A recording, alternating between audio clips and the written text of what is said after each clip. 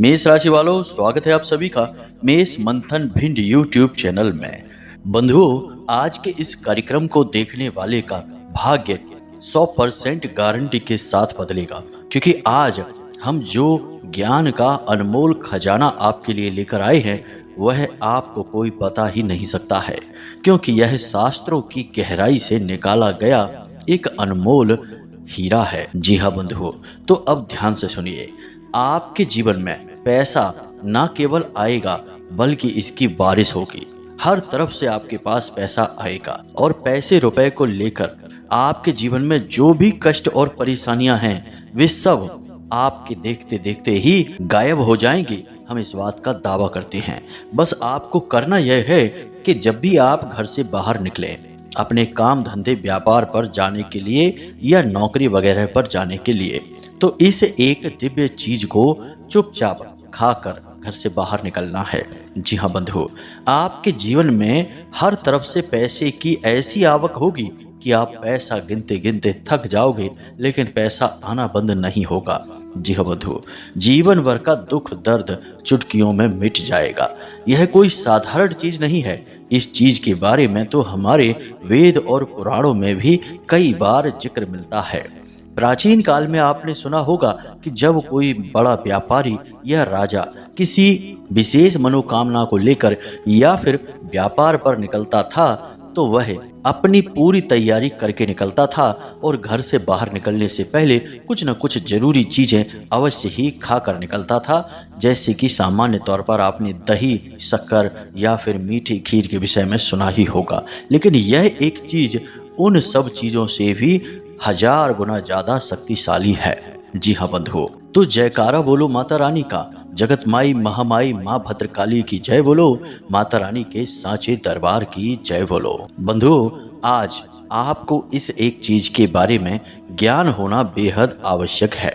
इसका कारण यह है कि आप पूरी ताकत लगाकर भी, पूरी मेहनत और प्रयास करने के बाद भी उस ऊंचाई तक नहीं पहुंच पा रहे हैं जहां की आपको होना चाहिए। यानी कि जीवन की तकलीफों से मुक्ति प्राप्त करके पूर्ण सफलता को आप प्राप्त नहीं हो पा रहे हैं, और इसके पीछे कई प्रकार के कारण हैं, लेकिन हम उन सब कारणों की बात अभी नहीं करेंगे। हम समाधान की बात करेंगे, और यह एक चीज आपके लिए बेहद शक्तिशाली समाधान होगी। बंधुओं, हम आपकी राशि और कुंडली का लंबे समय से आकलन कर रहे हैं। देखते चले आ रहे हैं हम कि आपके जीवन में क्या चल रहा है। आप मेहनत करने के बाद भी सही परिणाम और नतीजे प्राप्त नहीं कर पा रहे हैं। अभी आप कामयाबी से बहुत दूर चल रहे हैं, लेकिन अब आपको चिंता करने की कोई जरूरत नहीं है। अब हम आपको बेहद शक्तिशाली समाधान बताने जा रहे हैं, जिसे आपको समय समय पर प्रयोग करते रहना है। साथ ही साथ आपके जीवन में चल रही विशेष ग्रह दशाओं और उनसे बनने वाले कुछ बेहद ही शक्तिशाली योगों के बारे में भी बताने जा रहे हैं। यानी कि आने वाले समय में आपके जीवन काल में किस प्रकार से ग्रहों की चाल बदलेगी और आपके ऊपर उसका क्या प्रभाव रहेगा। साथ ही साथ कुछ ऐसे जरूरी और छोटे मोटे कार्य जिन्हें आपको अवश्य इस ग्रहों की बदलती स्थिति के अनुसार कर लेना चाहिए, ताकि आप आसानी से सफलता की सीढ़ियां चढ़ते जाएं और अपनी हर मनोकामना को पूरी भी करते चले जाएं। जी हाँ बंधु, आज का यह कार्यक्रम न केवल आपके सौभाग्य के दरवाजे खोलेगा, आपकी सोई हुई किस्मत को जगाएगा, बल्कि आने वाले समय में कई विपत्तियों से भी, परेशानियों से भी आपको बचा लेगा, क्योंकि हम कुछ अनिष्ट और नकारात्मक ग्रह योगों के बारे में भी आपको पहले से ही सतर्क कर देंगे, ताकि आप आने वाले समय में कोई गलती ना कर बैठे जिसकी कीमत आपको चुकानी पड़े। इस कार्यक्रम को बनाने में हमने सचमुच में बहुत मेहनत की है, बहुत गहराई से आकलन किया है और बहुत ही सटीक और शक्तिशाली ज्ञान आपको देने की कोशिश की है। बदले में बस हम आपसे यह चाहते हैं कि आप इस कार्यक्रम को अंत तक अवश्य देखें। यदि आप इस कार्यक्रम को अंत तक देखेंगे तो हमारी मेहनत सफल हो जाएगी और आपके जीवन में आपको मन चाही सफलता और मन चाहे लाभ प्राप्त होने लगेंगे, जिससे कि आपके चेहरे पर मुस्कुराहट आएगी, और यही हमारी कीमत होगी। माता भद्रकाली के प्रति हमारा सम्मान होगा। आप तो जानते ही हैं कि हम अपना हर एक कार्यक्रम माता रानी को ही समर्पित करते हैं, उन्हीं की कृपा और आदेश से कार्यक्रम का निर्माण करते हैं। तो बस आपसे यही निवेदन है कि कार्यक्रम को अंत तक अवश्य देखना। तो चलिए बंधु, आज के इस विशेष कार्यक्रम की शुरुआत करते हैं, लेकिन उससे पहले हम चाहेंगे कि सभी पूरे भक्ति भाव के साथ माता रानी को याद करते हुए कमेंट बॉक्स में प्रेम के साथ लिखिए जय माँ भद्रकाली कृपा करो। साथ ही साथ जय माँ लक्ष्मी भी लिखना ना भूलें, क्योंकि आपको आज इस कार्यक्रम में न केवल माता भद्रकाली बल्कि माता लक्ष्मी की भी कृपा प्राप्त होने जा रही है। इसी के साथ साथ बंधुओं, यदि आप इस चैनल कार्यक्रम पर पहली बार आए हैं तो आप इस चैनल को सब्सक्राइब अवश्य कर लें।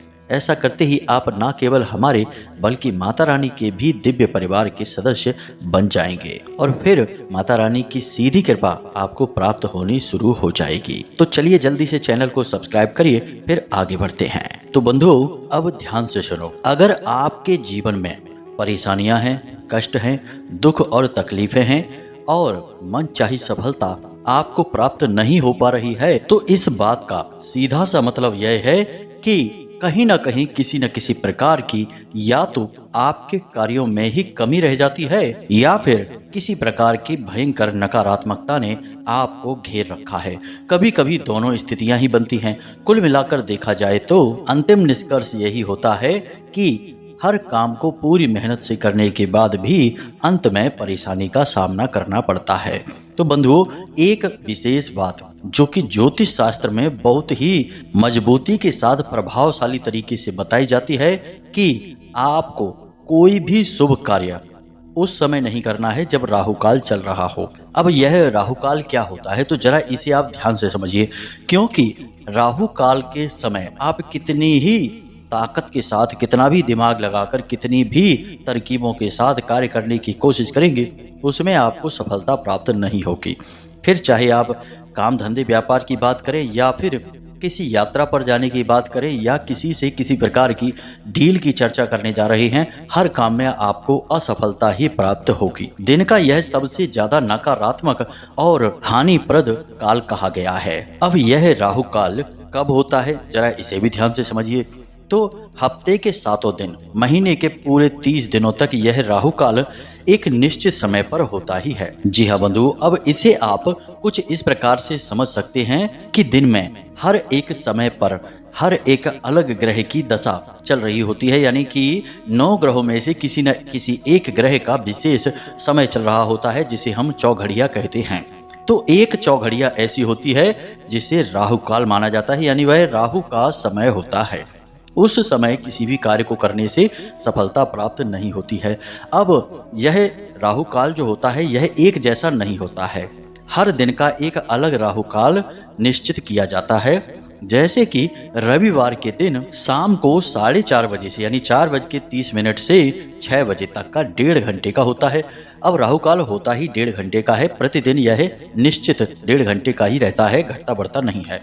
सोमवार को सुबह 7:30 से 9 बजे तक रहता है, मंगलवार को दोपहर 3 बजे से 4:30 बजे तक रहता है, बुधवार को दोपहर 12 बजे से 1:30 बजे तक, गुरुवार को दोपहर 1:30 बजे से 3 बजे तक, शुक्रवार को सुबह 10:30 बजे से 12 बजे तक और शनिवार को सुबह 9 बजे से 10:30 बजे तक। यह राहु काल का पूरा समय है। जब हम ये समय बता रहे हैं उसी समय आपको इसकी सारणी भी वीडियो में देखने को मिल जाएगी, तो आप चाहें इसे नोट कर लें। आप लिखकर इस बात को रख लेना हमारी कि यदि आप राहु काल के समय पर घर से बाहर निकलेंगे किसी शुभ कार्य को करने के लिए या फिर किसी भी नए कार्य की शुरुआत कर लेंगे, किसी भी तरीके के कार्य में आपको कामयाबी हासिल हो ही नहीं सकती है। निश्चित तौर पर 100% आपका काम बनेगा ही नहीं, असफल होगा। जी हाँ बंधुओं, तो पहली चीज यह है कि आपको इसका विशेष ख्याल रखना ही होगा। अब यहीं पर एक बात और आपको बता दें कि आप किसी भी कार्य को जैसे शुरू करना चाहते हैं और उस काम में आप कामयाब होना चाहते हैं, आप चाहते हैं कि इस कार्य में आपको सफलता प्राप्त हो। अब प्रतिदिन आप मुहूर्त कब तक देखेंगे? आपके पास कैलेंडर नहीं है या आपको मुहूर्त देखने की समझ नहीं है, तो इसके लिए हम आपको 1-2 अच्छे मुहूर्त बताते हैं जिसमें आप किसी भी शुभ कार्य को करेंगे तो आपको निश्चित कामयाबी प्राप्त होगी। चाहे आप यात्रा पर जाएं या शुभ कार्य यानी काम धंधे व्यापार पर जाएं, किसी भी कार्य को करें आपको निश्चित कामयाबी प्राप्त होगी। तो सबसे पहले अभिजीत मुहूर्त की बात कर लेते हैं। अभिजीत मुहूर्त जैसे कि नाम से ही पता चलता है कि यह आपको विजय दिलाने वाला मुहूर्त है। इस मुहूर्त में आप किसी भी कार्य को करिए, फिर आप उसके नतीजे, उसके परिणाम को देखिए। अब यह अभिजीत मुहूर्त क्या होता है? तो वैसे तो सूर्योदय के अनुसार अभिजीत मुहूर्त थोड़ा बहुत इधर उधर बदलता रहता है, लेकिन मूल रूप से अभिजीत मुहूर्त 2 घड़ी का अर्थात 48 मिनट का होता है। एक घड़ी 24 मिनट की होती है।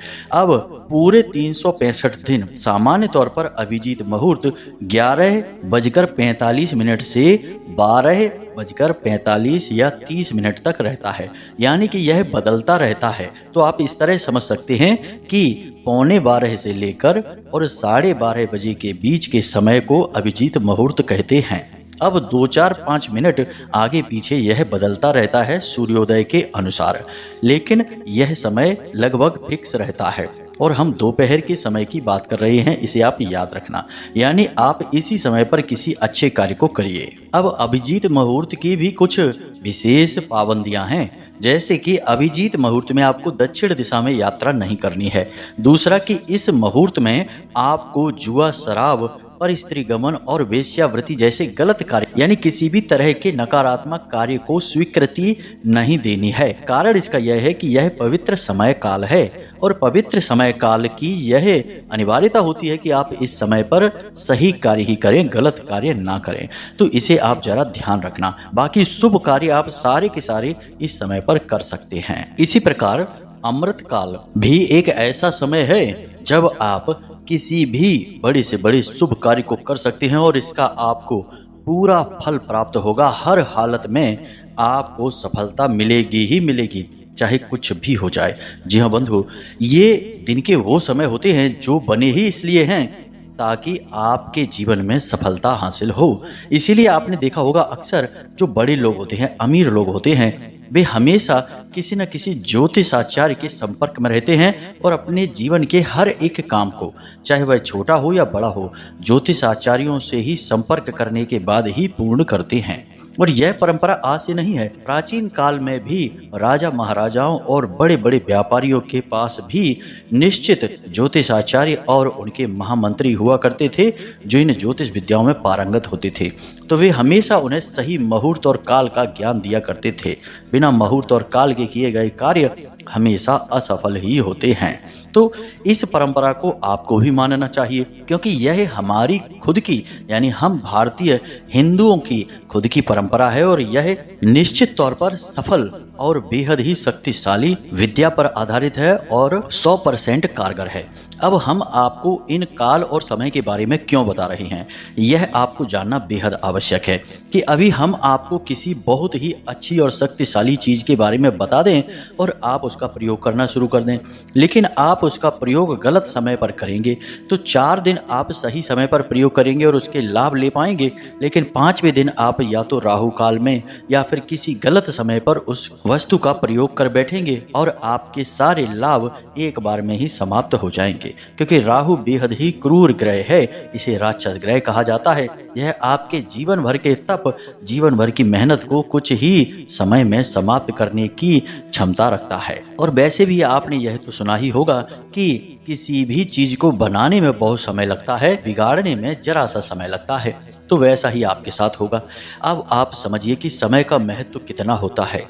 अगर सही बात, उचित बात को भी गलत समय पर कहा जाए तो बात उचित नहीं रहती है, गलत ही साबित होती है। अब आप ध्यान से समझिए कि किसी के यहाँ विवाह की शहनाइयां बज रही हो, शुभ घड़ी का आगमन हुआ हो और वहां पर जाकर आप रोने बिलखने लगो और मातम की बातें करने लगो, तो लोग आपको वहां से धक्के मारकर निकाल देंगे। वे कहेंगे कि ये कहां से घुस आया, हमारी अच्छी खासी घड़ी को खराब कर रहा है। और यदि किसी के यहाँ कोई गमी हो गई है, कोई चला गया है और वहाँ पर आप ढोल नगाड़े बजाने लगो और नाचने लगो, तो लोग आपसे लड़ने लगेंगे। जबकि ये दोनों कार्य सही हैं, गलत नहीं हैं, लेकिन जगह गलत है, समय गलत है। अगर आप किसी के यहाँ मृत्यु हुई है, वहाँ पर शोक भरी बातें करो, विलाप करो, तब तो अच्छा लगेगा। और विवाह में ढोल नगाड़े बजाइए तो वह भी वहाँ पर अच्छा लगेगा और वहाँ आपको सम्मान भी प्राप्त होगा। तो आप समझिए कि समय का और काल का कितना अधिक महत्व होता है। अच्छे से अच्छा कार्य भी बुरा बन जाता है और झगड़े का और विनाश का कारण बन जाता है यदि वह गलत समय पर किया जाए तो। इन बातों को आप हल्के में मत लेना, यही नियति है और यही सच्चाई है। आदि काल से जब से ज्योतिष शास्त्र का गठन हुआ है महर्षि पाराशर के द्वारा, तब से इन परंपराओं को लोग निभाते चले आ रहे हैं और इन परंपराओं के लाभ लेते चले आ रहे हैं। हाँ, अब आज के अधकचरे समाज में कुछ पढ़े लिखे मूर्ख जरूर पैदा हो गए हैं जो अब पुरानी बातों को मानना नहीं चाहते हैं। उनके लिए ऐशो आराम और बस भ्रम की बातों को समाज में फैलाना ही महत्वपूर्ण है। खुद चाहे कुछ भी न जाने, लेकिन बड़े से बड़े ज्योतिषाचार्यों को, बड़ी से बड़ी विद्याओं को भी पल भर में आलोचना करके नीचा दिखा देंगे। उनके लिए तो भगवान भी कुछ नहीं है। प्रभु श्री राम की भी आलोचना करने से पहले 1 मिनट नहीं सोचेंगे। तो आपको ऐसे लोगों की बातें नहीं सुननी है। जो परंपरा है, रिवाज है और जो हमारी संस्कृति है उसे लेकर ही चलना है, तभी आपकी उन्नति होगी, वरना बस ठोकरें खाते रहिए, होगा कुछ भी नहीं। तो उम्मीद है कि आपको हमारी सारी बातें यहाँ तक समझ में आ चुकी हैं। अब आगे बढ़ते हैं मूल विषय की ओर। तो ध्यान से सुनिए। आने वाला 3 से 5 दिनों का समय आपके लिए कुछ हद तक अच्छा भी है और कुछ बुरा भी है। अच्छा कैसे है, 3 बातों में समझाएंगे। पहली बात कि आपको काम धंधे व्यापार में तरक्की मिलेगी और आप जहां भी हाथ डालेंगे वहां आपको काफी हद तक कामयाबी मिल जाएगी। दूसरा कि आपको हर तरफ से सहयोग भी प्राप्त होंगे। आपके मित्र, यार, रिश्तेदार और आपके सहकर्मी आपको भरपूर सहायता देंगे। और तीसरा कि आपकी सेहत में यदि किसी प्रकार की समस्या चल रही थी तो वह आने वाले 3 से 5 दिनों में पूर्ण रूप से समाप्त हो जाएगी। आप काफी ऊर्जावान और स्वस्थ महसूस करेंगे। ये तो इसके लाभ हो गए।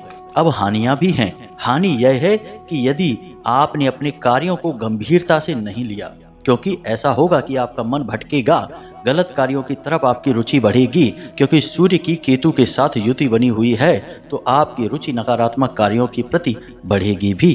तो यदि आप नकारात्मक कार्यों में गए और अपने मूल कार्य, अपने काम धंधे, व्यापार, नौकरी पर आपने रुचि नहीं लगाई तो निश्चित तौर पर आप बहुत बड़ी चोट खा जाएंगे। जी हाँ बंधु, अब दूसरी नकारात्मक बात यह है कि आपके संगत में, आपके साथियों में कोई एक व्यक्ति ऐसा है जो आपको जानबूझकर गलत कार्यों की ओर आकर्षित करेगा, खींच कर ले जाएगा।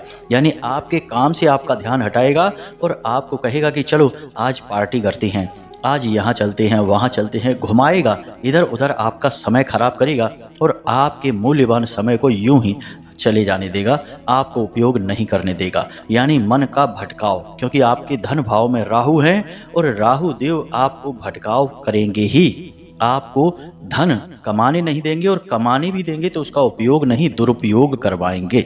जी हाँ बंधु, तो इस बात का विशेष ख्याल रखना। तीसरा कि आपके अंदर किसी प्रकार का अभिमान पैदा हो सकता है। अब अभिमान किसी भी तरीके का हो सकता है। अच्छी सेहत का अभिमान, ज्ञान का अभिमान, धन का अभिमान या किसी भी अन्य प्रकार का, कि हमारे तो बड़े बड़े कॉन्टैक्ट हैं, अमीर और बड़े लोगों से यदि संपर्क है तो उसका भी अभिमान, चीज़ों का अभिमान, यानी किसी प्रकार का आपको अभिमान अवश्य आएगा ही आएगा। और उस अभिमान के चलते आप किसी न किसी का अपमान कर बैठेंगे। अब अपमान आप किसका करेंगे? भिखारी का अपमान कर देंगे, किसी बड़े बुजुर्ग का अपमान करेंगे, किसी महिला का अपमान करेंगे या फिर किसी जानवर को पीड़ा पहुंचाएंगे, यानी मार कर भगाएंगे, उसे पीटेंगे। कुछ ऐसी घटनाएं आपके साथ अगले 3 से 5 दिनों में घटेंगी और यह भी इसलिए घटेंगी क्योंकि मंगल आपके दिमाग पर और आपके शरीर में गर्मी को पैदा करेगा और राहु आपको भ्रमित करेगा और इसी वजह से आपके मन में भ्रम की स्थितियां उत्पन्न होंगी और अनावश्यक जोश या यूं कहें कि ऊर्जा या फिर यूं कहें कि नकारात्मक बल बढ़ेगा। जी हाँ बंधुओं, तो इससे आपको थोड़ा सा सावधान रहना है। अब ये 6 बातें हमने आपको बताई हैं, 3 शुभ और 3 अशुभ। अब आप इन्हें देख लेना। निश्चित तौर पर ये अगले 5 से 7 दिनों में आपके जीवन में होने वाली घटनाओं से जुड़ी हुई हैं। जब ये घटनाएं आपके सामने आए तो आप हमारी बात को याद रख लेना और थोड़ा सा सतर्क हो जाना। यही तो ज्योतिष की खूबसूरती है कि भविष्य में होने वाली नकारात्मक गतिविधियों और घटनाओं से थोड़ा सा सतर्क कर देना।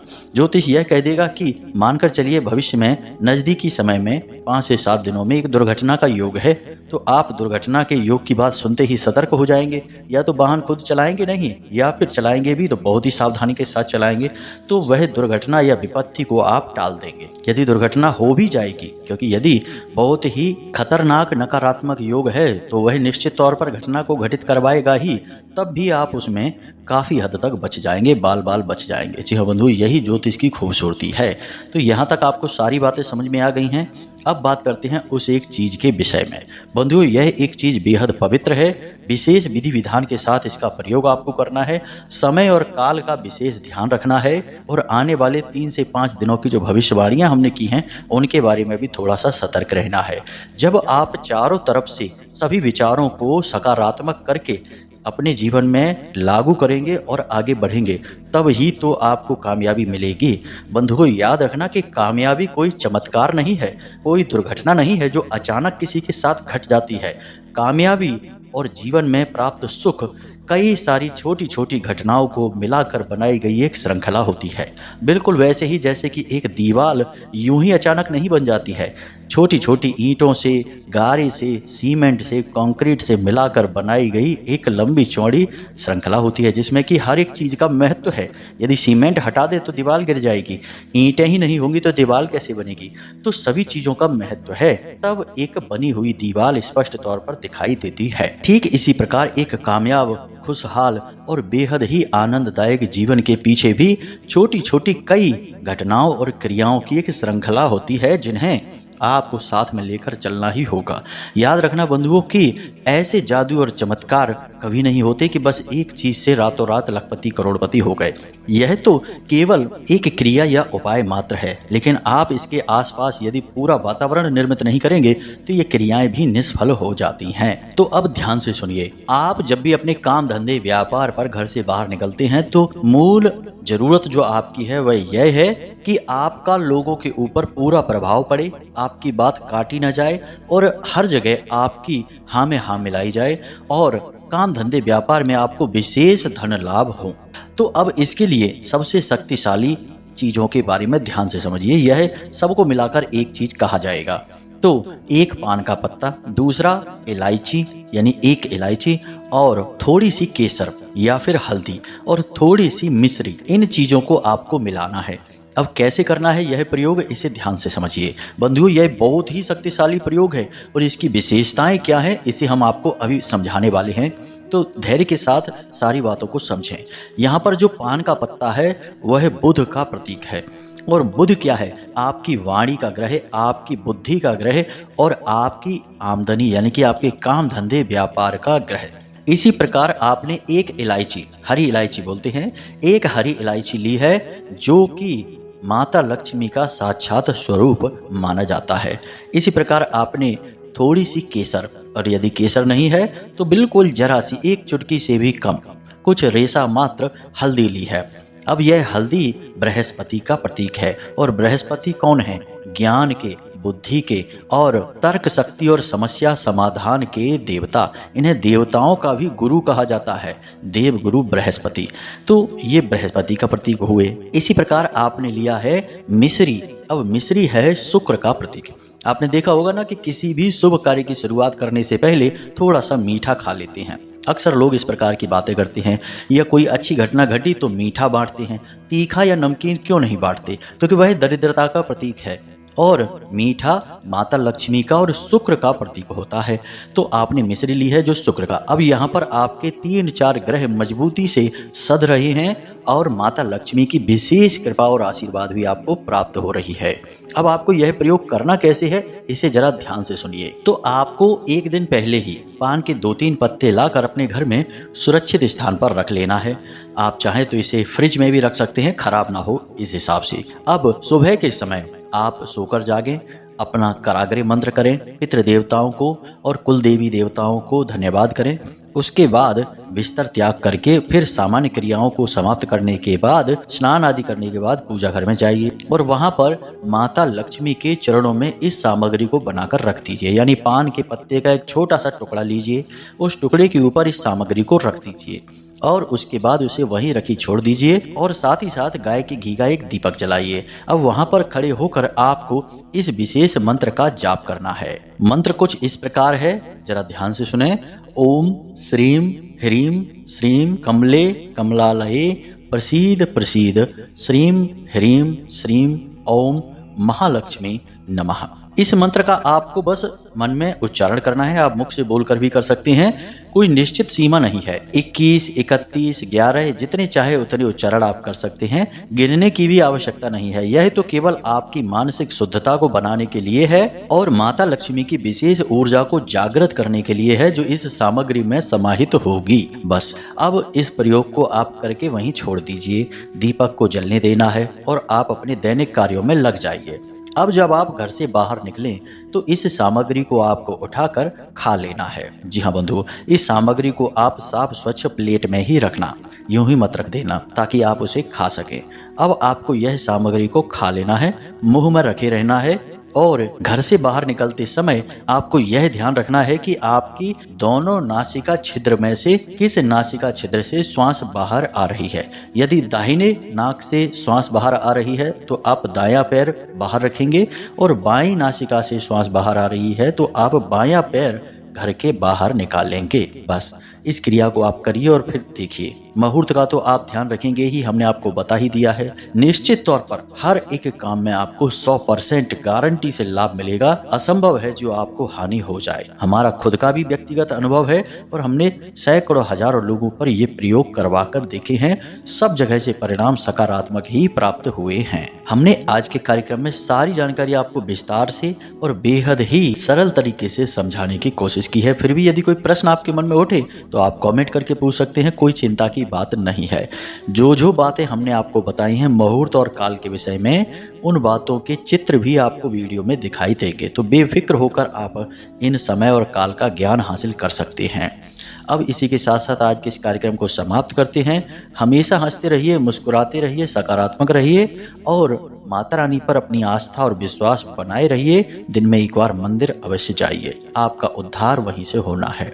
मिलते हैं अगले कार्यक्रम में, तब तक के लिए धन्यवाद। जय माई की जय, माँ भद्रकाली। माता रानी आपका कल्याण करें।